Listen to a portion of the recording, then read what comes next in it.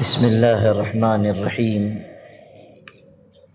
الحمد لله رب العالمين، والصلاة والسلام على النبي الأمين محمد وآله وصحبه أجمعين. أما بعد، أعوذ بالله من الشيطان الرجيم. بسم الله الرحمن الرحيم. يا أيها الذين آمنوا توبوا إلى الله توبة نصوحا. وقال النبي صلى الله عليه وسلم: أيما امرأة صلت خمسها وصامت شهرها وحفظت فرجها وأطاعت بعلها فلتدخل من أي أبواب الجنة شاءت، أو كما قال عليه الصلاة والسلام. لائق احترام پیاری بہنوں، اللہ تعالیٰ نے ہم کو اور آپ کو ایمان کی دولت سے نوازا ہے، اور ہم پر یہ ذمہ داری عائد کی ہے کہ ہم ایمان کے تقاضوں کو پورا کرنے والے بنیں۔ ایمان کے تقاضے بہت سے ہیں، انہیں جاننا، سمجھنا اور پھر ان ایمانی تقاضوں کو پورا کرنا ضروری ہے۔ ایک مومن بندے اور بندی کے ایمان کا یہ تقاضا ہے کہ وہ اللہ کے دین پر ہر حال میں قائم رہے۔ مشکلات آئیں، مصیبتیں آئیں، پریشانیاں آئیں، حالات سے دوچار ہو، مگر ہر حال میں اللہ کے دین پر، ایمان پر قائم رہے۔ اللہ تعالیٰ نے ہمیں اس بات کا حکم دیا ہے کہ ہم ایمان پر استقامت اختیار کریں۔ قرآن مجید میں اللہ کا ارشاد ہے: ان الذين قالوا ربنا الله ثم استقاموا تتنزل عليهم الملائكة ألا تخافوا ولا تحزنوا وأبشروا بالجنة التي كنتم توعدون۔ کہ جن لوگوں نے کہا ہمارا رب اللہ ہے اور پھر اس پر جم گئے، یعنی ایمان و یقین پر، اللہ تعالیٰ کے نام پر، توحید پر ڈٹ گئے، ایسے لوگوں کے لیے اللہ تعالیٰ کی طرف سے بشارت ہے، اور اللہ کے فرشتے بشارت لے کر، خوشخبری لے کر آتے ہیں۔ ایسے لوگوں کے پاس اللہ تعالیٰ کے فرشتے آسمانوں سے اتر کر آتے ہیں اور کہتے ہیں: اللہ تخافوا ولا تحزنوا، مت ڈرنا، مت رنجیدہ ہونا، غم نہ ہو، رنج نہ ہو، کوئی اندیشہ نہ ہو، کوئی خوف نہ ہو، اور اس جنت کی بشارت ہم سے قبول کرو جس کا تم سے وعدہ کیا گیا ہے۔ نحن اولیاؤکم فی الحیات الدنیا وفی الآخرہ، ہم دنیا کی زندگی میں بھی اور آخرت میں بھی تمہارے مددگار ہیں، تمہارے دوست ہیں۔ میری پیاری بہنوں، ایمان و یقین پر جم جانا اور اللہ تعالیٰ کی توحید پر قائم رہنا، یہی ہماری نجات اور ہماری مغفرت کا باعث ہے، اور اسی کے سبب اللہ تعالیٰ کی طرف سے ہمیں بشارتیں اور پھر جنت کی نعمتیں ہاتھ آئیں گے۔ ملک کے مشکل حالات میں آپ کی یہ بنیادی ذمہ داری ہے کہ آپ خود بھی اللہ کے دین پر قائم رہیں اور اپنی آل و اولاد اور اپنی نسلوں کو بھی اللہ کے دین پر قائم رکھنے کی محنت اور فکر کریں۔ ایمان کا تقاضا ہے کہ ہم ہر حال میں اللہ کے وفادار بن کر رہیں، کفر و شرک سے، بدعات و خرافات سے بیزاری کا اظہار کریں۔ کفر و شرک کی کوئی چھوٹی سے چھوٹی بات بھی ہم کو گوارا نہ ہو، اس لیے کہ شرک ناقابل معافی جرم ہے۔ ارشاد ہے ان اللہ لا یغفر ان یشرک به ویغفر ما دون ذلک لمن یشاء، کہ شرک کے گناہ کو اللہ معاف نہیں کرے گا، البتہ شرک کے علاوہ جو گناہ ہیں اللہ چاہے گا معاف فرما دے گا۔ شرک معافی کے قابل جرم نہیں۔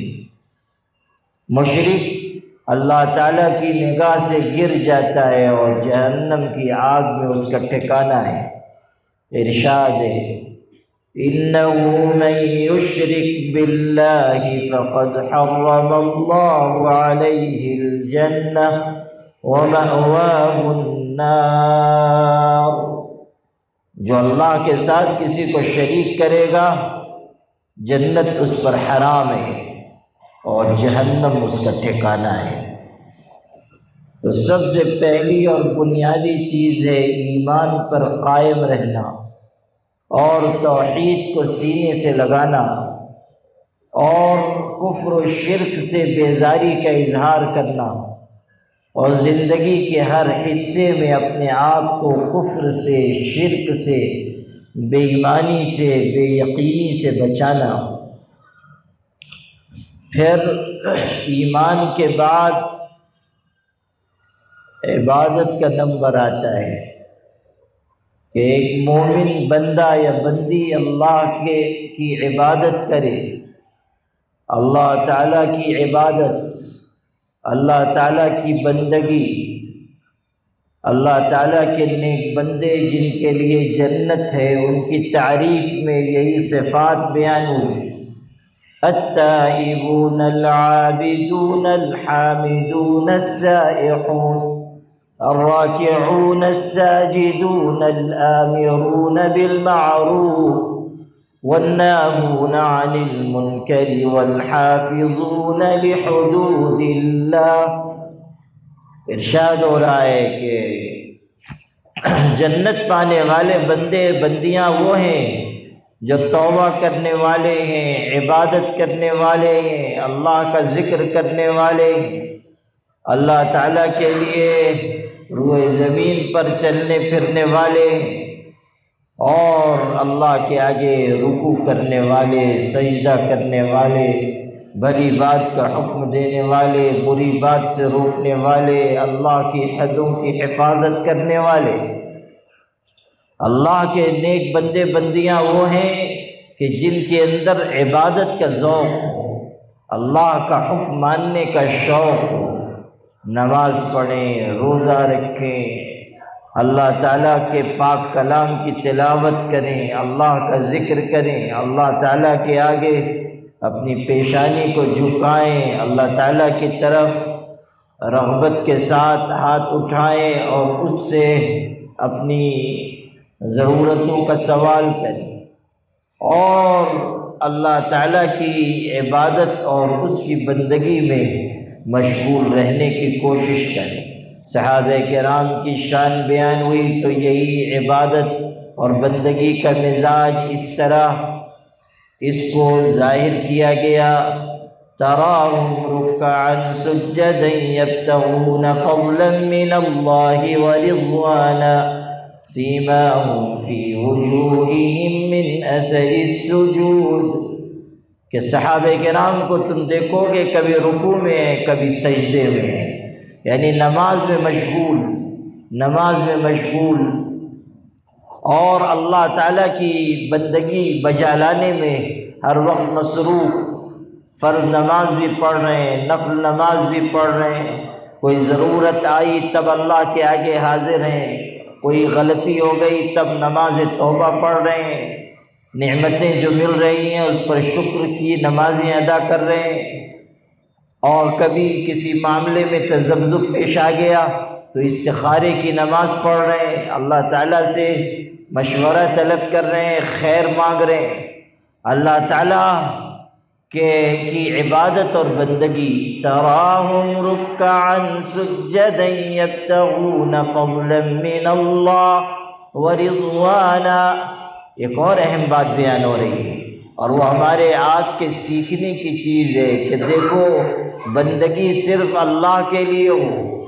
نماز صرف اللہ کے لیے، روزہ صرف اللہ کے لیے، زکوٰۃ کی ادائیگی صرف اللہ کے لیے، حج ادا کرنا صرف اللہ کے لیے، قرآن پاک کی تلاوت اللہ کے لیے، اللہ تعالیٰ کا ذکر بھی اللہ کی رضا کے لیے، کسی انسان کو کچھ دے رہے ہیں اللہ کے لیے، کسی سے کچھ روک رہے ہیں اللہ کے لیے، محبت ہو اللہ کے لیے، نفرت ہو اللہ کے لیے، ہر عمل اللہ کے لیے۔ حدیث پاک میں من اعطى لله ومنع لله، من احب لله وابغض لله واعطى لله ومنع لله فقد استكمل الایمان، جو انسان اللہ کے لیے محبت کرتا ہے اور اللہ کے لیے نفرت کرتا ہے اور اللہ کے لیے عطا کرتا ہے اور اللہ کے لیے روک دیتا ہے، انسان کو کچھ دینے سے رک رہا ہے تو اللہ کی رضا کے لیے، ارشاد ہے ایسے شخص کا ایمان مکمل ہو جاتا ہے۔ جو کام ہو اللہ کی رضا کے لیے، جو عبادت ہو اللہ کی رضا کے لیے۔ وَمَا أُمِرُوا إِلَّا لِيَعْبُدُوا اللَّهَ مُخْلِصِينَ لَهُ الدِّينَ، انسانوں کو اس بات کا حکم دیا گیا ہے کہ اللہ کی عبادت کرنا اور اس کے لیے بندگی اور عبادت کو خالص کرنا، یعنی صرف اللہ تعالیٰ کی رضا کے لیے عمل کرنا، دنیا کے انسانوں کو دکھانے کے لیے نہیں، پارسائی جتانے کے لیے نہیں، اپنا تقوی ظاہر کرنے کے لیے نہیں، دنیا کے انسانوں کی نگاہ میں اچھا بننے کے لیے نہیں، دنیا کے انسانوں سے واہوائی اور تعریف کے بول بٹورنے کے لیے نہیں، صرف اس لیے کہ اللہ راضی ہو، اللہ خوش ہو، اللہ تعالیٰ کی محبت کی نگاہ پڑ جائے۔ ان اللہ لا ينظر الى صورکم ولا الى اجسادکم ولكن ينظر الى قلوبکم واعمالکم، حدیث پاک میں ارشاد ہو رہا ہے کہ اللہ تمہاری شکلوں کو، تمہاری صورتوں کو، تمہارے جسموں کو نہیں دیکھتا، اللہ تمہارے دل کو دیکھتا ہے، تمہارے عمل کو دیکھتا ہے۔ اللہ یہ دیکھتا ہے عمل کیسا ہے اور عمل میں نیت کیا ہے، عمل کس لیے کیا جا رہا ہے۔ لَن يَنَالَ اللَّهَ لُحُومُهَا وَلَا دِمَاؤُهَا وَلَكِن يَنَالُهُ التَّقْوَىٰ مِنكُمْ، یہ جو تم قربانی کے جانور اللہ کے راستے میں قربان کرتے ہو تو سن لو، تمہاری قربانی کے جانوروں کا خون اور گوشت اللہ تعالیٰ تک نہیں پہنچتا، بلکہ تمہارے دل کا ارادہ، تمہارے دل کا تقوی، تمہارے دل کی نیت وہ اللہ تعالیٰ تک پہنچتی ہے۔ اللہ یہ دیکھتا ہے کہ عمل کس جذبے سے ہو رہا ہے، قربانی کس جذبے سے کی جا رہی ہے، ارادہ کیا ہے، ارادہ اللہ تعالیٰ کو راضی کرنے کا ہے یا انسانوں کے درمیان شہرت حاصل کرنے کا، ارادہ اللہ تعالیٰ کی خوشنودی حاصل کرنے کا ہے یا پھر دنیا کے انسانوں کے درمیان اپنے آپ کو متقی، پارسا اور پرہیزگار بتانے اور جتانے کا۔ اللہ تعالیٰ اعمال کو دیکھتا ہے اور دل کے ارادے کو دیکھتا ہے، اور جو عمل خالص ہوتا ہے، پاکیزہ ہوتا ہے، ریاکاری سے دور ہوتا ہے، اسی عمل کو اللہ قبول فرماتا ہے۔ ان اللہ طیب لا يقبل الا طیبا، اللہ پاک ہے اور پاک عمل ہی کو قبول فرماتا ہے، اس لیے جو بھی عمل کرنا اللہ کے لیے کرنا، لوگوں کو بتانے کے لیے نہیں، اور ہمیشہ اپنے اعمال چھپانا، اپنے اعمال لوگوں کے سامنے بتانا اور ظاہر کرنا یہ اچھی علامت نہیں ہے۔ اپنے اعمال کو انسان چھپائے، اپنی نیکیوں کو چھپائے، اپنی طاعتوں کو چھپائے۔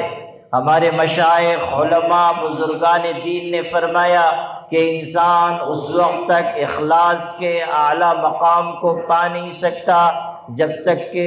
یہ حال نہ ہو کہ وہ اپنی نیکیوں کو بھی اسی طرح چھپانے والا بن جائے جس طرح وہ اپنے گناہوں کو چھپاتا ہے۔ یعنی جس طرح انسان اپنے گناہوں کو چھپاتا ہے، اپنی نیکیوں کو بھی چھپانے لگے، اپنی طاعتوں کو چھپانے لگے، صرف اللہ کی رضا کے لیے عمل کرے۔ یبتغون فضلا من اللہ ورضوانا، صحابہ کرام کے تذکرے میں ارشاد ہو رہا ہے کہ اللہ تعالیٰ کے آگے رکوع کرتے ہیں، سجدہ کرتے ہیں، نماز پڑھتے ہیں، خدا کو یاد کرتے ہیں، ایک مقصد ہے اور وہ یہ کہ اللہ کا فضل مل جائے، اس کی رضامندی مل جائے، اللہ کی خوشنودی مل جائے۔ سیماہم فی وجوہہم من اثر السجود، اور چونکہ اللہ کے آگے بہت سجدے کرتے ہیں اس لیے ان کی پیشانیوں پر سجدے کا نشان ہے، یعنی عبادت اور بندگی کی وجہ سے سجدے کا نشان ان کی پیشانی پر پڑ گیا ہے۔ صحابہ کرام کی یہ شان بیان ہو رہی ہے، اور صحابہ کرام میں صحابیات اور اس زمانے کی خواتین داخل ہیں، وہ سب بھی اللہ کی عبادت کرنے والی، اللہ تعالیٰ کی بندگی کرنے والی تھی، اور ہر وقت اللہ تعالیٰ کی طرف رجوع کرنے والی، اللہ کے آگے توبہ استغفار کرنے والی تھی۔ آپ بہنوں کے لیے صحابیات کی زندگی نمونہ ہے، آپ بہنوں کے لیے صحابیات کی بندگی کا مزاج ایک مثال ہے کہ کس طرح اللہ کی عبادت کی جائے، اللہ تعالیٰ کی بندگی کی جائے، قرآن پاک کی تلاوت کی جائے۔ کوئی دن زندگی کا ایسا نہ گزرے جو ذکر سے، یاد الہی سے، قرآن پاک کی تلاوت سے خالی ہو۔ اللہ تعالیٰ نے جو جو بندگی کے کام بتائے ہیں وہ سب ہمیں انجام دینے ہیں، بندگی کے جتنے کام بتائے گئے ہیں وہ سب ہمیں کرنا ہے۔ یہی ہمارے ایمان کا تقاضا ہے۔ ایمان کا تقاضا ہے کہ اللہ تعالیٰ کی بندگی کی جائے، اللہ تعالیٰ کی عبادت کی جائے، اور اللہ تعالیٰ کی عبادت میں خلوص اختیار کیا جائے، یعنی صرف اللہ کی رضا کے لیے عمل ہو۔ اگر کسی عمل میں ریاکاری داخل ہو گئی تو وہ عمل منہ پر مار دیا جائے گا۔ حضرت نبی کریم صلی اللہ علیہ وسلم ارشاد فرما رہے ہیں، من صلی یرائی فقد اشرک ومن صام یرائی فقد اشرک ومن تصدق یرائی فقد اشرک۔ جو نماز پڑھتا ہے دکھاوے کے لیے، جو روزہ رکھتا ہے دکھاوے کے لیے، جو صدقہ خیرات کرتا ہے دکھاوے کے لیے، وہ شرک کرتا ہے، شرک کرتا ہے، یعنی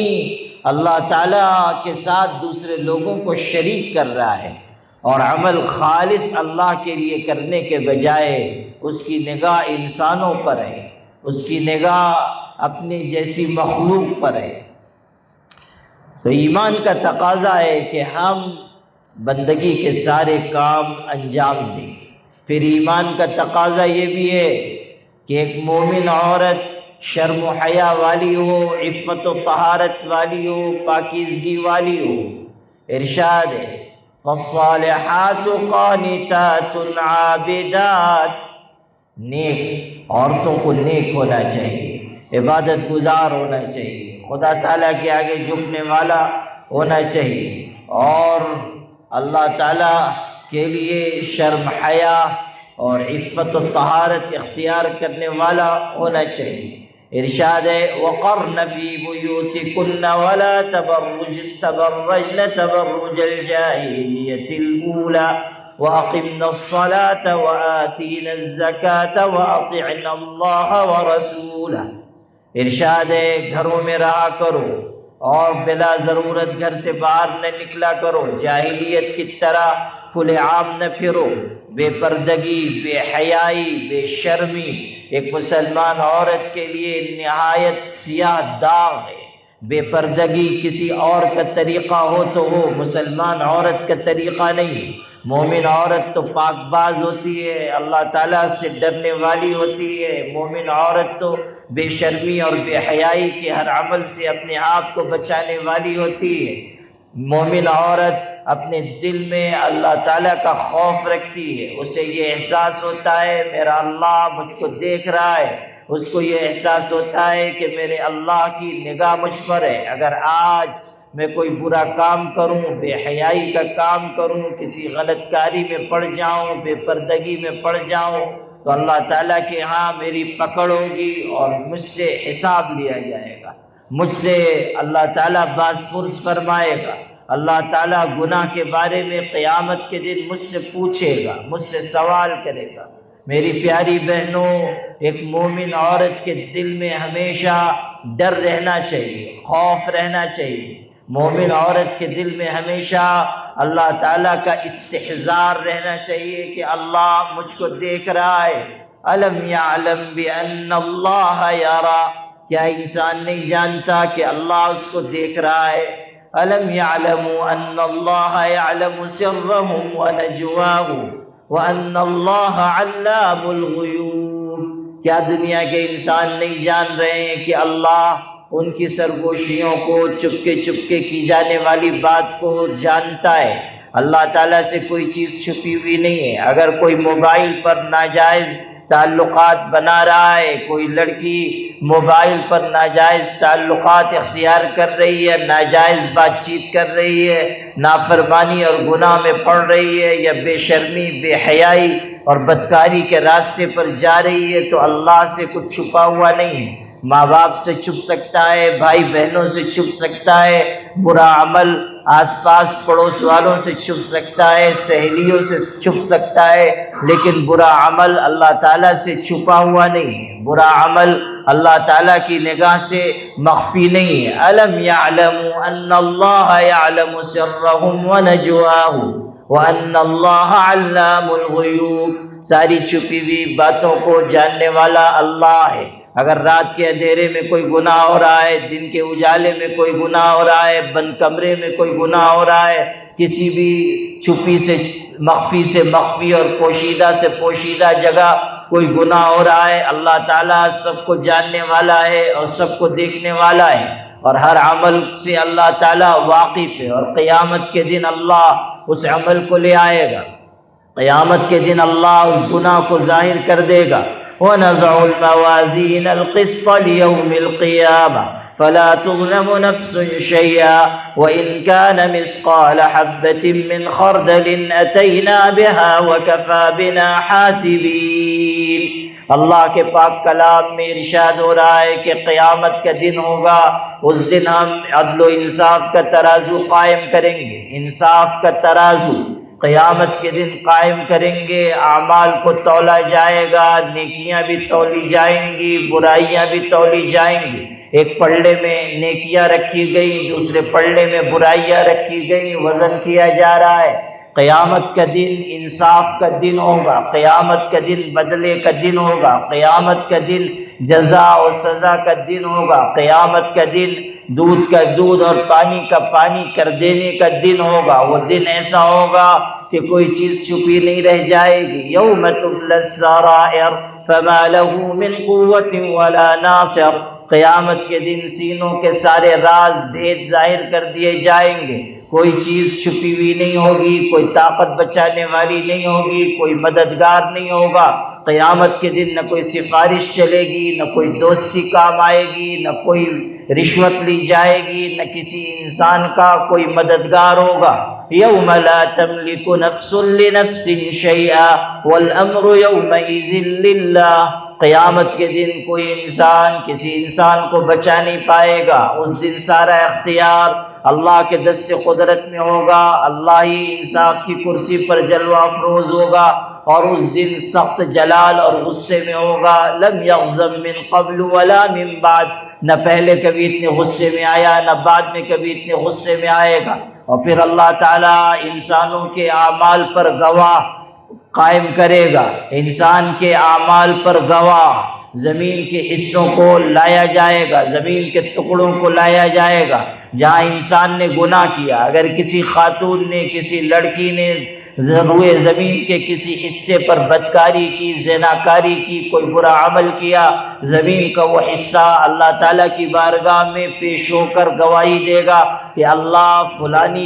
فلانی عورت نے، فلانی خاتون نے میرے اوپر ایسا ایسا برا کام کیا، اس کی گواہی پیش کی جائے گی۔ اسی طرح انسان کے نام اعمال گواہ کے طور پر پیش ہوگا۔ وہ فرشتے جنہوں نے انسان کو گناہ کرتا ہوا دیکھا، وہ فرشتے بھی گواہی دیں گے، یہاں تک کہ خود انسان کا جسم گواہی دے گا۔ انسان کے جسم کے حصے اللہ کی بارگاہ میں بول پڑیں گے، زبان پر مہر لگا دی جائے گی، اور ہاتھ، پیر اور آنکھ اور ران اور جسم کے حصے، چمڑیاں، جلدیں سب گواہی دیں گے۔ حتى إذا ما جاءوها شهد عليهم سمعهم وأبصارهم وجلودهم بما كانوا يعملون وقالوا لجلودهم لم شهدتم علينا قالوا أنطقنا الله الذي أنطق كل شيء۔ ارشاد ہو رہا ہے کہ قیامت کے دن انسان کے کان، آنکھ اور اس کی چمڑیاں سب اس کے گناہوں کے بارے میں گواہی دیں گی، چمڑیاں تک گواہی دیں گی، انسان کے جسم کے اعضاء گواہی دیں گے۔ اليوم نختم على افواههم وتكلمنا ايديهم وتشهد ارجلهم بما كانوا يكسبون۔ سورہ یاسین میں اللہ کا ارشاد ہے کہ ہم منہ پر مہر لگا دیں گے، قیامت کے دن زبان بند کر دیں گے، اور پھر گواہی لیں گے جسم کے اعضاء سے، گواہی لیں گے کان سے، گواہی لیں گے آنکھ سے، جسم کے اعضاء سے گواہی لی جا رہی ہے، اور انسان کی آنکھ اور انسان کا کان اور انسان کے جسم کے حصے، انسان کا ہاتھ، انسان کا پیر، انسان کی چمڑیاں سب انسان کے بارے میں گواہی دیں گے، اس کے اعمال کے بارے میں شہادت دیں گے۔ جب انسان کے جسم کے یہ اعضاء گواہی دیں گے تو انسان کہے گا وَقَالُوا لِجُلُودِهِمْ لِمَ شَهِدتُّمْ عَلَيْنَا،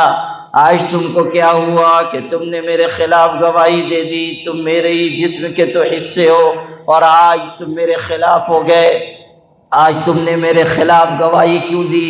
تو یہ جسم کے حصے پکاریں گے انطقنا اللہ الذی انطق کل شیء، ہاتھ کہے گا، پیر کہے گا، آنکھ کہے گی، کان کہے گا، چمڑیاں کہیں گی کہ جس اللہ نے ہر چیز کو بولنے کی طاقت دی، اسی اللہ نے ہمیں بھی بولنے کی قوت عطا فرمائی، اللہ کے حکم سے ہم بول رہے ہیں، اللہ کے حکم سے ہم گواہی دے رہے ہیں، اللہ کے حکم سے ہم شہادت دے رہے ہیں۔ اللہ تعالیٰ کی بندیوں، ایمان والیوں، غور کرو کہ قیامت کے دن انسان کے سارے اعمال کھل جائیں گے، انسان کی ساری بری حرکتیں ظاہر ہو جائیں گی، انسان کے سارے کالے کرتوت سامنے لے آئے جائیں گے۔ قیامت کے دن انصاف کے ترازو قائم ہوں گے، اور اس دن اللہ تعالیٰ سارے اعمال کو تولے گا، ہر عمل کو اللہ لے آئے گا۔ حضرت لقمان نے اپنے بیٹے کو نصیحت کی تو فرمایا یا بنی انہا ان تک مثقال حبۃ من خردل فتکن فی صخرہ او فی السماوات او فی الارض یأت بها اللہ۔ حضرت لقمان اپنے بیٹے کو نصیحت کر رہے ہیں، کہتے ہیں اے میرے بچے، اے میرے جگر کے ٹکڑے، اے میرے نور نظر، اے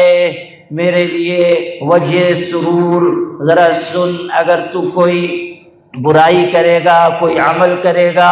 زمین آسمان میں کہیں بھی چھپ کر کرے گا، کسی چٹان میں گھس کر کرے گا، چھوٹے سے چھوٹا عمل ہو، رائی کے دانے کے برابر ہو، ذرے کے برابر ہو، اس سے بھی چھوٹا ہو، اللہ تعالیٰ قیامت کے دن اس عمل کو لے آئے گا۔ قیامت کے دن اللہ ہر گناہ کو، ہر برائی کو، ہر خطا کو، ہر لغزش کو، ہر قصور کو، ہر کوتاہی کو حاضر کر دے گا۔ انسان نے نگاہ کی خیانت کی ہو، یا دل سے خیانت کی ہو، یا زبان سے کسی کو ستایا ہو،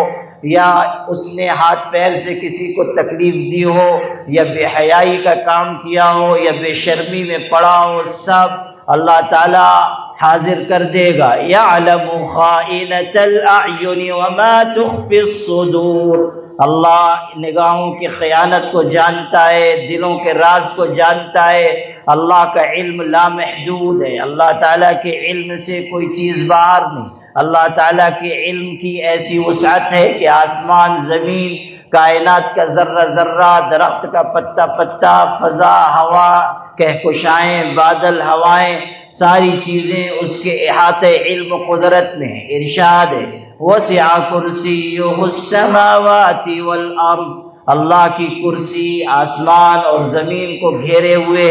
یعنی اللہ کا علم آسمانوں اور زمینوں کو گھیرے ہوئے۔ کرسی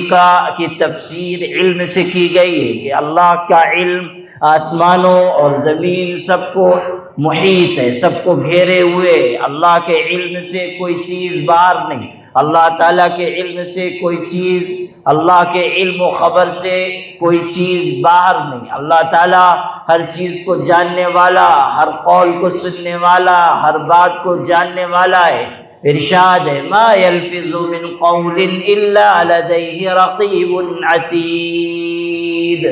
کہ تم میں سے کوئی انسان اپنی زبان سے کوئی بات نہیں کہتا مگر ایک مضبوط لکھنے والا مقرر ہے۔ یعنی اگر آنکھ کے اشارے سے کوئی بات کہی گئی یا زبان سے کسی کو تکلیف پہنچائی گئی یا بے شرمی کا کوئی اشارہ زبان سے، ہونٹوں سے اور آنکھوں سے کیا گیا، سب اللہ تعالیٰ کے ہاں محفوظ ہو رہا ہے، اور اللہ تعالیٰ ان ساری چیزوں کو قیامت کے دن حاضر کرے گا۔ اللہ تعالیٰ انسان کا عمل تو عمل، اللہ تعالیٰ انسان کے ارادے سے اس کے دل میں آنے والے وسوسے تک سے واقف ہے۔ اللہ تعالیٰ نے خود ارشاد فرمایا ہے کہ جو وسوسے انسان کے دل میں پیدا ہوتے ہیں ہم ان کو بھی جانتے ہیں، اور انسان سے اس کی شہرک سے زیادہ ہم قریب ہیں۔ وَنَحْنُ أَقْرَبُ إِلَيْهِ مِنْ حَبْلِ الْوَرِيدِ، انسان کی شہرک سے زیادہ ہم اس کے قریب ہیں۔ اللہ تعالیٰ ہر بندے بندی کو دیکھ رہا ہے۔ اب اگر کوئی بے حیائی کا کام کرے، زناکاری کرے، کوئی کسی اور بری حرکت میں مبتلا ہو تو وہ اللہ تعالیٰ کی نگاہ میں ہے، اور برائی پر سزا مل کر رہے گی، یا دنیا میں کوئی آفت آئے یا پھر آخرت میں حساب ہو اور آخرت میں عذاب دیا جائے۔ حضرت نبی کریم صلی اللہ علیہ وسلم نے ہمیں خبر دی کہ گناہ، نافرمانی، اللہ تعالیٰ کے احکامات سے سرکشی، سرتابی انسان کے لیے ذلت کا سبب ہے، انسان کے لیے اللہ کی لعنت کا سبب ہے۔ حدیث قدسی میں اللہ کے پاک رسول ارشاد فرما رہے ہیں کہ اللہ تعالیٰ ارشاد فرماتا ہے کہ جب کوئی انسان نافرمانی کرتا ہے، جب میرا حکم توڑتا ہے، میرے احکامات کو پیروں تلے رونتا ہے، جب کوئی شخص میری باتوں کو نہیں مانتا ہے تو میں اس پر اپنی لعنت اتار دیتا ہوں، اور میری لعنت اس کی 7 پشت تک چلی جاتی ہے، میری لعنت 7 پشتوں تک چلی جاتی ہے۔ آپ اندازہ کیجئے کہ گناہ کیسی منحوس چیز ہے کہ انسان صرف اپنا نقصان نہیں کرتا ہے، اپنی اولاد کا، اولاد کی اولاد کا، اپنی نسلوں کا بھی نقصان کرتا ہے۔ جس طرح نیکی انسان کے لیے، اس کی اولاد کے لیے، اولاد کی اولاد کے لیے، نسلوں کے لیے، پشتوں کے لیے مفید ہے اور اس کا اثر بہت دور تک جاتا ہے، اسی طرح گناہ، نافرمانی، بے حیائی، بدکاری کا اثر بھی بہت دور تک جاتا ہے۔ آج یہ جو ہماری نسلوں میں بغاوت آ رہی ہے، جو ہماری نئی نسل کے اندر نافرمانی ہے، سرکشی ہے، گانے سننے کی عادت ہے، بدنگاہی کا مزاج ہے، بدکاری اور بے شرمی کی طرف لپک کر جانا ہے، غور کر لیجئے کہ اس میں ماں باپ کا بھی قصور ہے، ماں باپ کے گناہوں کا اثر ہے، ماں باپ کی سرکشی کا اثر ہے۔ جب ماں باپ نے اللہ کے حکموں کو چھوڑ دیا، جب ماں باپ نے حیا اور شرم کو طاق نسیاں کی زینت بنا دیا، جب ماں باپ گانے سن رہے ہیں، جب ماں باپ فلمیں دیکھ رہے ہیں، جب ماں باپ نافرمانی اور سرکشی کے کام میں، تو پھر اولاد بھی غلط راستے پر جائے گی، اولاد کے اندر بھی جراثیم گناہ کے، سرکشی کے، نافرمانی کے آئیں گے، اور وہ اپنے بڑوں کو دیکھ کر، اپنے ماں باپ کو دیکھ کر، اپنے سرپرستوں کو دیکھ کر برا راستہ اپنا لیں گے، اور پھر قیامت کے دن جب ان سے کہا جائے گا کہ تم کیوں غلط راستے پر چل پڑے، تو وہ صاف کہہ دیں گے کہ اللہ، ہم نے تو اپنے بڑوں کی، اپنے سرپرستوں کی اطاعت کی، ہم انہی کے راستے پر چلے، ہم نے ماں باپ کو جیسا دیکھا ویسے ہی ہم نے کیا، ہم نے ماں باپ کو جن کاموں میں مصروف پایا ہم نے بھی اسی کو اختیار کیا۔ قرآن میں آپ پڑھیں، ارشاد ہے کہ اللہ تعالیٰ کی بارگاہ میں چھوٹے ماتحت یہ کہیں گے ربنا انا اطعنا سادتنا وكبراءنا فاضلونا السبيل ربنا آتهم ضعفين من العذاب والعنهم لعنا كبيرا۔ اے اللہ، ہم تو اپنے بڑوں کے راستے پر چل پڑے، اپنے سرداروں کے پیچھے پیچھے چل پڑے، اور انہوں نے ہمیں راستے سے بھٹکا دیا، انہوں نے ہمیں گمراہ کر دیا، انہوں نے ہمیں معصیت میں لگا دیا، انہوں نے ہمیں نافرمانی میں مشغول کر دیا۔ اے اللہ، اگر آج گناہ کی وجہ سے تو ہم کو عذاب دے رہا ہے، جہنم میں بھیج رہا ہے، تو اے اللہ ہماری یہ التجا سن لے کہ ہمارے بڑوں کو ہم سے دگنا عذاب دے اور ان کے اوپر اپنی لعنت اتار دے، اپنی لعنت اتار دے، اس لیے کہ انہی کو دیکھ کر ہم بہکے، انہی کو دیکھ کر ہم بھٹکے، انہی کو دیکھ کر ہم باغی بنے، انہی کو دیکھ کر ہمارے اندر سرکشی کی عادت آئی۔ میری پیاری بہنوں، ماؤں کو نہایت حساس ہونا چاہیے، ماں کو نہایت پاکیزہ، اللہ سے ڈرنے والی بننا چاہیے، تاکہ اس کی خشیت اس کی اولاد میں منتقل ہو۔ آپ کی اولاد صرف آپ کی چھاتی سے دودھ نہیں پیتی، بلکہ آپ کے اخلاق بھی اس کے اندر منتقل ہوتے ہیں۔ آپ کا کردار، آپ کی ذہنیت، آپ کا مزاج، آپ کا طور طریقہ، آپ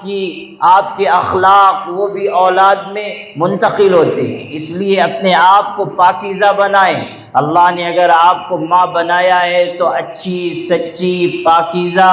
اللہ سے ڈرنے والی ماں بنے، ایسی ماں بنے کہ آپ کی اولاد آپ پر فخر کر سکے، ایسی ماں بنے کہ آپ کی تربیت دنیا کے انسانوں کے لیے مثال بنے، ایسی ماں بنے کہ آپ کی اولاد دنیا میں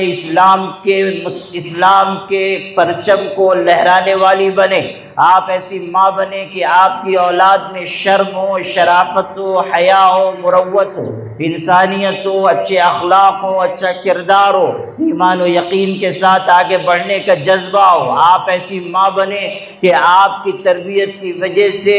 آپ کی اولاد امت مسلمہ کا، ملت اسلامیہ کا سرمایہ بن جائے۔ آپ کی اولاد اللہ تعالیٰ کی کتاب کو دنیا میں عام کرنے والی اولاد ہو۔ آپ کی اولاد سنت رسول کا پرچم تھامے ہوئے ہو۔ آپ کی اولاد اللہ تعالیٰ پر لازوال یقین کے ساتھ آگے بڑھنے والی ہو۔ آپ دیکھیں کہ ماؤں کا کیسا زبردست کردار ہوتا ہے اولاد کی تربیت میں۔ آج فلسطین کی سرزمین پر مسلمان نوجوانوں میں، وہاں کے بچوں میں، وہاں کی بچیوں میں، وہاں کی نوجوان لڑکیوں میں جو عزم ہے، جو عزیمت ہے، جو جذبہ جہاد و حریت ہے، جو ان کے اندر شوق شہادت ہے، جو اللہ تعالیٰ پر یقین ہے، جو دشمنوں کے مقابلے میں ڈٹ جانے کا مزاج ہے، جو اللہ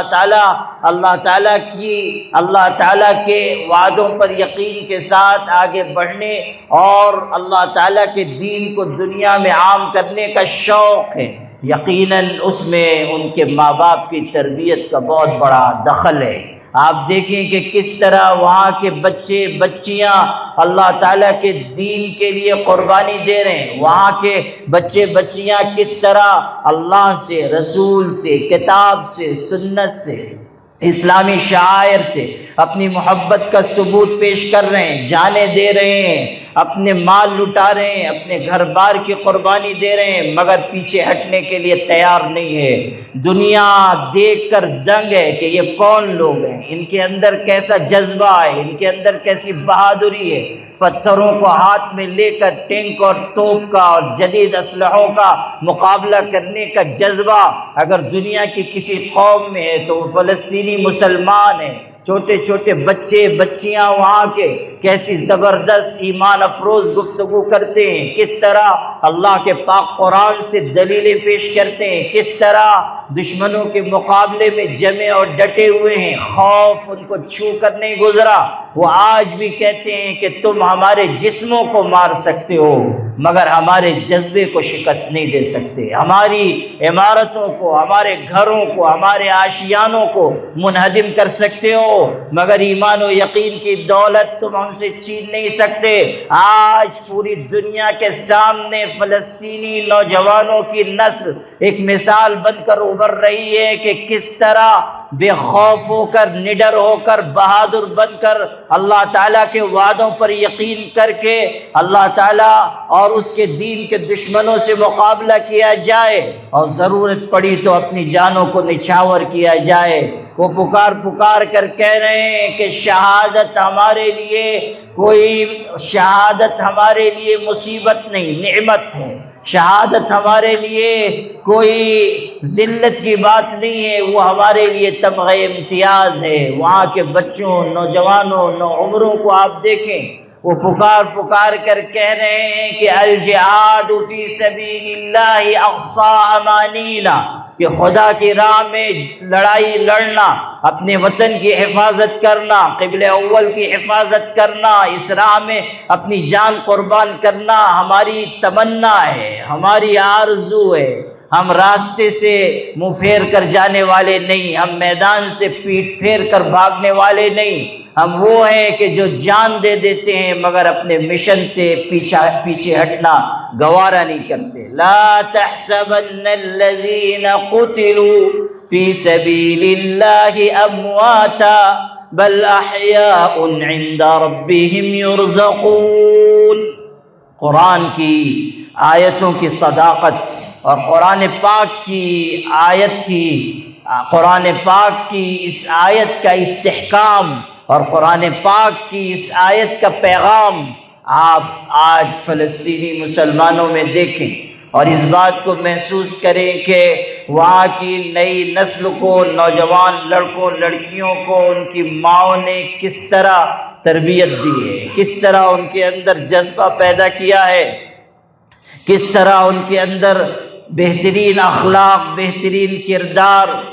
اور ایمان و یقین کا استحکام پیدا کیا گیا۔ یہ ایک ماں کا کردار ہونا چاہیے کہ وہ اپنی اولاد کو صاحب ایمان بنائے، صاحب یقین بنائے، صاحب کردار بنائے۔ اپنے بچوں کو بچپن سے سکھائیے کہ توحید ہی پر قائم رہنا ہے اور توحید پر جان دینا ہے اور توحید کے ساتھ جینا ہے اور توحید پر مرنا ہے۔ ہمارے لیے کفر و شرک کی کوئی بات بھی ہمارے لیے قابل قبول نہیں، چھوٹی سے چھوٹی چیز بھی شرک کی ہمارے لیے قابل قبول نہیں۔ ہم تو موحد قوم ہیں، اللہ پر یقین رکھنے والی قوم ہے، توحید پر جینے اور توحید پر مرنے والی قوم ہے۔ یہ آپ کا کردار ہونا چاہیے۔ اگر اللہ نے آپ کو ماں بنایا ہے، بہترین ماں بنیے، اولاد کو جنت میں جانے کے قابل بنائیے، جہنم سے بچنے والا بنائیے۔ یا ایھا الذین آمنوا قوا انفسکم واہلیکم نارا، اے ایمان والو اپنے آپ کو اور اپنی اولاد کو جہنم کی آگ سے بچاؤ، اپنے آپ کو بھی اپنی اولاد کو بھی جہنم کی آگ سے بچاؤ، اپنے آپ کو بھی اپنی اولاد کو بھی دوزخ کے گڑھے سے بچاؤ۔ اپنے اندر شرم پیدا کرو، حیا پیدا کرو، ایمانی تقاضوں کو پورا کرو، اپنے اندر ایمانی کردار پیدا کرو اور اپنی اولاد کے تئیں فکر مند رہو۔ ہر وقت اپنی اولاد کے لیے، اپنی اولاد کی تربیت کے لیے کوشش کرتی رہو۔ یہ ایمان والوں کی بنیادی ذمہ داری بتائی جا رہی ہے، خود کو دین کی راہ پر قائم کرنا، ایمان کے راستے پر قائم کرنا اور اپنی اولاد کو بھی اسی راستے پر چلانا، ایمان پر جینے اور مرنے کی قسم دلانا۔ یا ایھا الذین آمنوا قوا انفسکم واہلیکم نارا وقودها الناس والحجارة عليها ملائكة غلاظ شداد لا يعصون الله ما أمرهم ويفعلون ما يؤمرون۔ او اللہ کی بندیوں، اللہ کا پاک قرآن پڑھا کرو، اس کو سمجھنے کی کوشش کیا کرو، قرآن کی آیتوں کی تہ میں اترو، قرآن پاک کے احکامات کو سمجھو۔ یہ نہ ہو کہ ناول پڑھنے میں، فحش کتابیں پڑھنے میں، موبائل دیکھنے میں، سیریلز دیکھنے میں، ٹی وی میں مصروف ہونے میں لگی رہو اور اللہ کے پاک قرآن کی طرف سے غافل ہو جاؤ، جو دلوں کو بدل دینے والی کتاب ہے، جو نگاہوں کو باحیا بنانے والی کتاب ہے، جو انسان کی زبان کو صداقت سے روشناس کرنے والی کتاب ہے، وہ کتاب جو انسان کو صاحب کردار بناتی ہے، وہ کتاب جو انسان کو کے ضمیر کو زندہ کرتی ہے، وہ کتاب جو انسان کے دل پر دستک دیتی ہے، آؤ اس پاک قرآن کی اس آیت کو دل میں جگا دو کہ اے ایمان والو، اے ایمان والیو، اپنے آپ کو، اپنی اولاد کو جہنم کی آگ سے بچاؤ۔ دنیا کی تھوڑی سی لذت کے لیے، دنیا کے تھوڑے سے فائدے کے لیے نافرمانی کے راستے پر نہ جاؤ، ورنہ انجام برا ہوگا۔ فخلف من بعدهم خلف اضاعوا الصلاة واتبعوا الشهوات فسوف يلقون غیا۔ قرآن میں نبیوں کا ذکر کیا گیا اور نبیوں کے ذکر کے بعد ارشاد ہوا کہ ان نبیوں کے بعد ایسے نالائق لوگ آئے جنہوں نے نمازوں کو ضائع کر دیا اور شہوتوں کے پیچھے چل پڑے، لذتوں کے پیچھے چل پڑے، اور ان کا انجام یہ ہے کہ یہ سب دوزخ کے گڑھے میں ڈالے جائیں گے، دوزخ کے گڑھے میں ڈالے جائیں گے۔ اگر نماز ضائع کر رہے ہیں، اگر شہوتوں لذتوں کے پیچھے بھاگ رہے ہیں، فیشن کے پیچھے اور دنیا داری کے پیچھے، اپنے حسن و جمال کی نمائش کے پیچھے اگر بھاگی جا رہی ہیں عورتیں دنیا کی ان بے کردار عورتوں کے پیچھے جنہوں نے ناچ گانا اور لہو لعب اور کھیل تماشے کو اپنا مزاج بنا رکھا ہے، تو پھر سمجھ لیجئے کہ جہنم کی آگ کا گڑھا انتظار کر رہا ہے۔ فَسَوْفَ يَلْقَوْنَ غَيًّا۔ حدیث پاک میں ارشاد ہے کہ کوئی دن ایسا نہیں گزرتا کہ انسان کی قبر نہ پکارے کہ میں وحشت اور تنہائی کا گھر ہوں، میں کیڑے مکوڑوں کا گھر ہوں، میں گھبراہٹ کی جگہ ہوں، مجھ میں آنے سے پہلے مجھ میں آنے کی تیاری کر لو۔ انسان اپنی انجام کی طرف بڑھ رہا ہے، اپنی موت کی طرف بڑھ رہا ہے۔ وہ اللہ کی بندیوں، ایک دن آئے گا، موت آئے گی، ایک دن آئے گا فرشتے موت خدا کا پیغام لے کر آئے گا، روح نکالی جائے گی، انسان کا جسم بے جان ہو جائے گا، پھر انسان کے اوپر منو مٹی ڈال دی جائے گی اور اللہ کی بارگاہ میں پیشی کا مرحلہ ہوگا۔ آنے والی کس سے ٹالی جائے گی، جان ٹھہری جانے والی جائے گی، روح رگ رگ سے نکالی جائے گی، ایک دن تجھ پہ خاک ڈالی جائے گی، ایک دن مرنا ہے، آخر موت ہے، کر لے جو کرنا ہے، آخر موت ہے،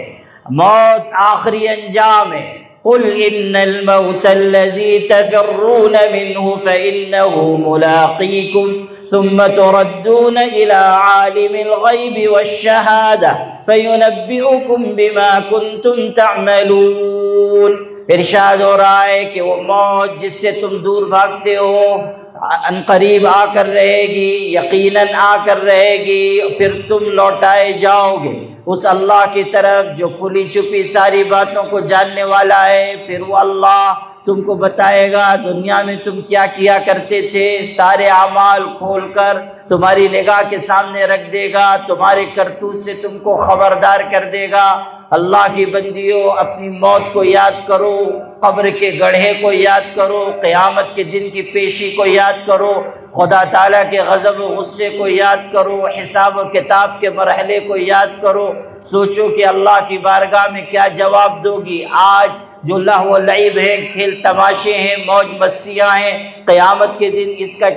کیا جواب دے سکو گی؟ اللہ تعالیٰ کے ہاں اس کے بارے میں کیا عذر پیش کر سکو گی؟ یہ جو آج کے لڑائی جھگڑے ہیں، انتشار ہے، آپس کی دوریاں ہیں، غیبتیں ہیں، چغل خوریاں ہیں، ایک دوسرے کو تکلیف پہنچانا ہے، ایک دوسرے کی عزت سے کھلواڑ کرنا ہے، قیامت کے دن اس کے بارے میں کیا جواب دو گی؟ یہ جو آج اپنی پڑوسنوں کو ستا رہی ہو یا اپنی رشتہ دار عورتوں کے ساتھ برا سلوک کر رہی ہو، قیامت کے دن اس کا کیا جواب دے سکو گی؟ آج غور کرو، تنہائیوں میں بیٹھ کر سوچو کہ کل قیامت کے دن جب اللہ کے دربار میں پیشی ہوگی اور پوچھا جائے گا زندگی کے بارے میں، اعمال کے بارے میں، تو کیا عذر تمہارے پاس ہوگا؟ اللہ تعالیٰ ارشاد فرما رہا ہے یوم یقوم الناس لرب العالمین، قیامت کا دن ایسا ہوگا سارے انسان اللہ کی بارگاہ میں حاضر کیے جائیں گے، اللہ تعالیٰ کے سامنے سب کی پیشی ہوگی، اللہ تعالیٰ کے سامنے سب کی حاضری ہوگی، اور پھر اللہ تعالیٰ ہر انسان سے اس کے اعمال کے بارے میں پوچھے گا۔ حدیث پاک میں لا تزال قدم عبد یوم القیامت حتی یسأل عن 40، قیامت کے دن کسی بھی مرد و عورت کے قدم اس وقت تک ہل نہیں سکتے جب تک کہ وہ 4 سوالوں کا جواب نہ دے لے۔ عن عمرہ فیما افنا، زندگی کے بارے میں پوچھا جائے گا کہاں گزار کر آئے، وعن شبابہ فیما ابلا، اور جوانی کہاں کاٹ کر آئے، وعن مالہ من این اکتسبہ وفیما انفقہ، مال کہاں سے کمایا اور کہاں خرچ کیا، وعن علمہ ماذا عمل فی، اور اپنے علم پر کتنا عمل کیا۔ یہ 4 سوال ہر انسان سے ہوں گے، یہ 4 سوال ہر شخص سے پوچھے جائیں گے۔ آپ سوچئے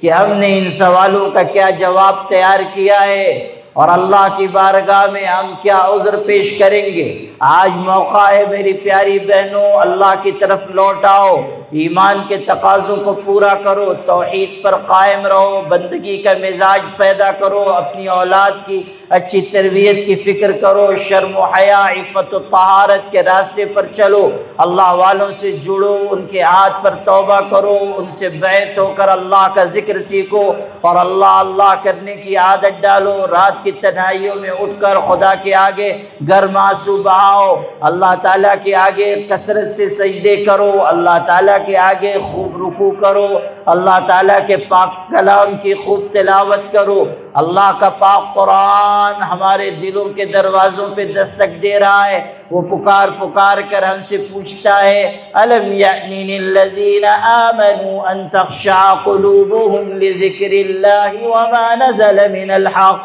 او ایمان والو کیا ابھی وقت نہیں آیا کہ تمہارے دل اللہ تعالیٰ کے ذکر کے آگے جھک جائیں اور قرآن پاک کے آگے جھک جائیں؟ کیا ابھی وقت نہیں آیا کہ تم ظلمتوں سے نکل کر اجالے کی طرف آ جاؤ؟ کیا ابھی وقت نہیں آیا کہ معصیت چھوڑ کر طاعت کی طرف آ جاؤ؟ کیا ابھی وقت نہیں آیا کہ اللہ تعالیٰ کی نافرمانی اس کو چھوڑ کر خدا کے فرما برداری کی طرف آ جاؤ؟ کیا ابھی وقت نہیں آیا کہ شیطان کی دوستی سے ہاتھ اٹھا لو اور رحمان کی دوستی کی طرف آ جاؤ؟ سورہ یاسین شریف میں اللہ تعالیٰ ارشاد فرما رہا ہے وَامْتَازُوا الْيَوْمَ أَيُّهَا الْمُجْرِمُونَ، قیامت کے دن اعلان ہوگا اے مجرموں میرے نیک بندوں سے الگ کھڑے ہو جاؤ، میرے نیک بندوں بندیوں کے ساتھ تم کھڑے نہیں ہو سکتے، تمہارے جرم بڑے ہیں، تمہاری خطائیں بڑی ہیں، تمہارے گناہ زیادہ ہیں، تم ہمارے نیک بندوں بندیوں سے الگ کھڑے ہو جاؤ۔ اس کے بعد ارشاد ہوگا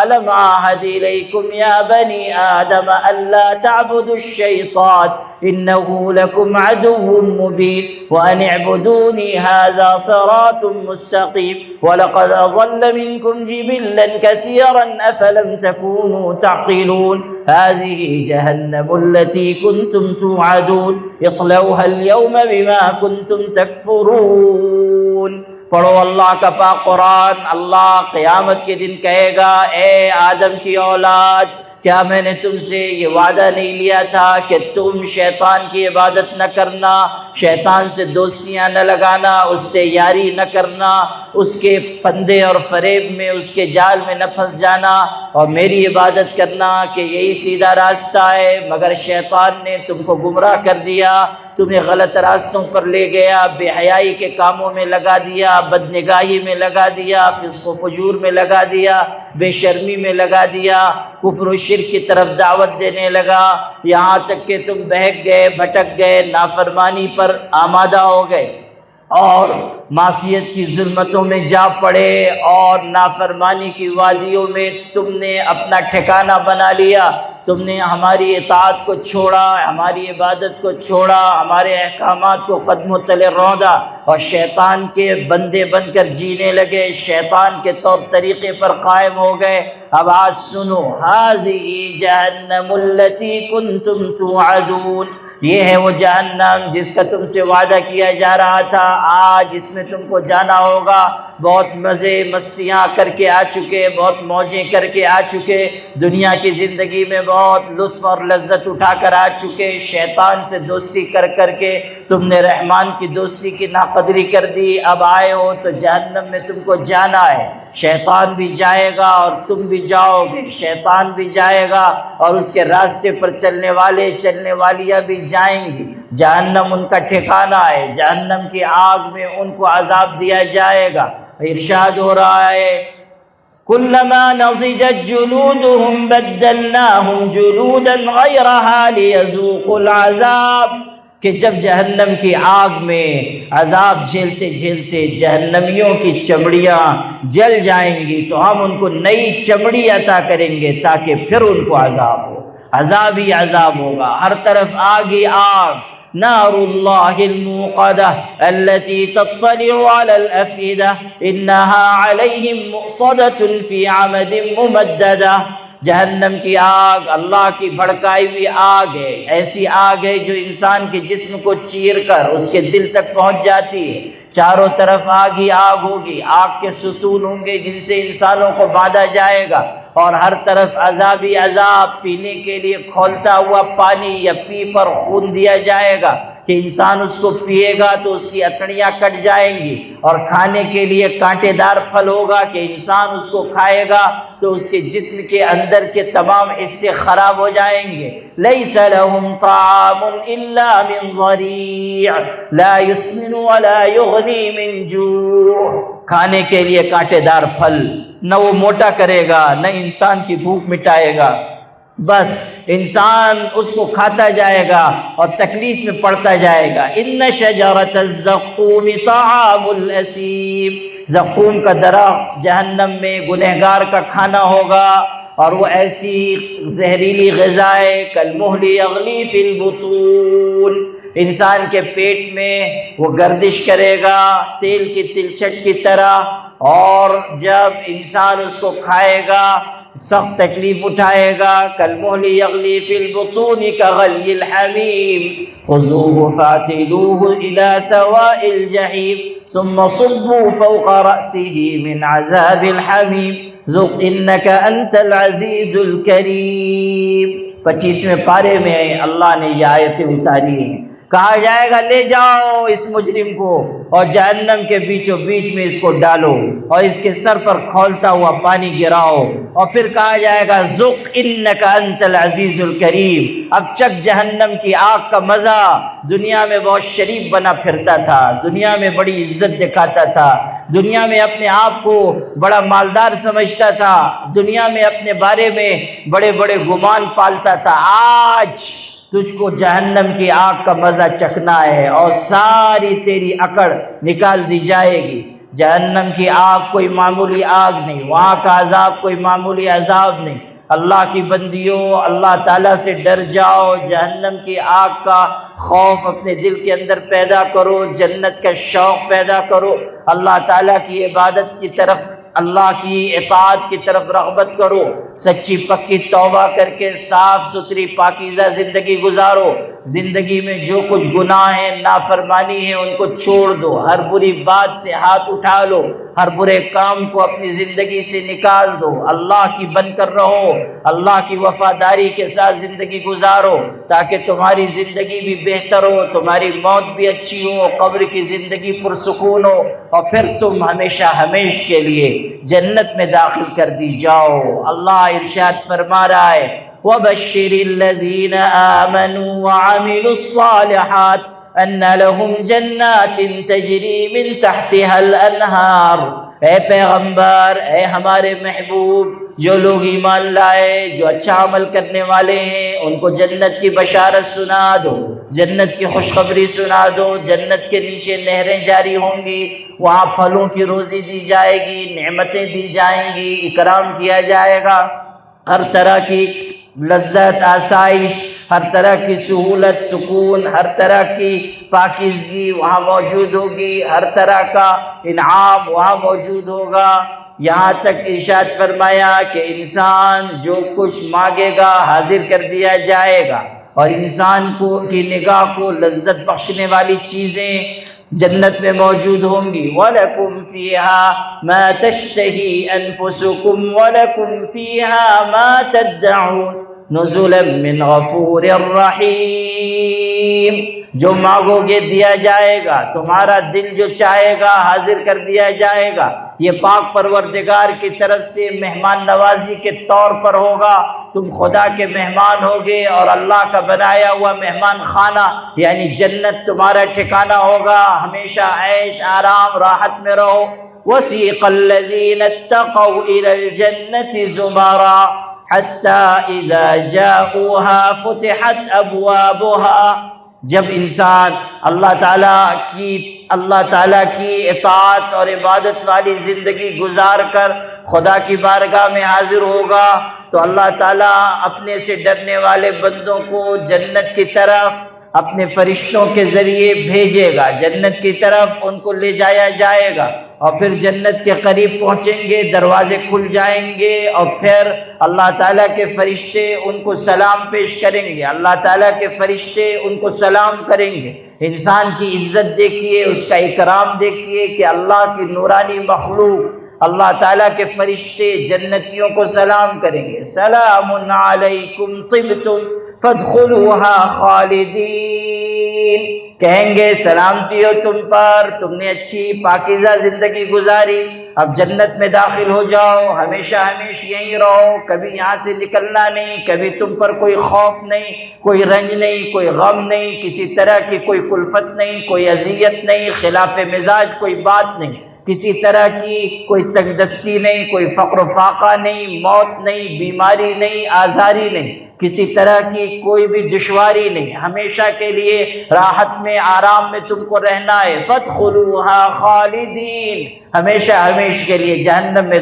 جنت میں داخل ہو جاؤ، جہنم سے تم کو بچا لیا گیا، جنت میں تم کو داخل کر دیا گیا۔ اس وقت اللہ تعالیٰ کے جنتی بندے بندیاں پکاریں گے، وَقَالُوا الْحَمْدُ لِلَّهِ الَّذِي صَدَقَنَا وَعْدَهُ وَأَوْرَثَنَا الْأَرْضَ نَتَبَوَّأُ مِنَ الْجَنَّةِ حَيْثُ نَشَاءُ فَنِعْمَ أَجْرُ الْعَامِلِينَ۔ جنتی کہیں گے اللہ تیرا شکر ہے میرے رب، ہمارے رب تیرا ہزار بار شکر ہے، تو نے ہم سے کیا ہوا وعدہ سچ کر دکھایا، ہمیں جنت عطا فرمائی۔ اللہ تو نے وعدہ کیا تھا اگر تقوی کے راستے پر چلو گے، ایمان کے راستے پر چلو گے، جنت عطا کروں گا۔ اللہ تو نے یہ وعدہ پورا کر دیا، اللہ تیرا شکر ہے، تیرے لیے تعریف ہے، ہزار بار تیری حمد و ثنا ہے۔ فنعم اجر العاملین، عمل کرنے والوں کے لیے یہ کیسا بہترین اجر ہے کہ اللہ کی بنائی ہوئی جنت میں ان کا ٹھکانہ ہے۔ میری پیاری بہنوں، اللہ کی بنائی ہوئی جنت کا شوق اپنے دل میں پیدا کرو اور اچھے عمل کا سرمایہ اکٹھا کرو۔ اللہ پاک ہم سب کو اچھے عمل کی توفیق عطا فرمائے۔ وآخر دعوانا الحمد للہ رب العالمین۔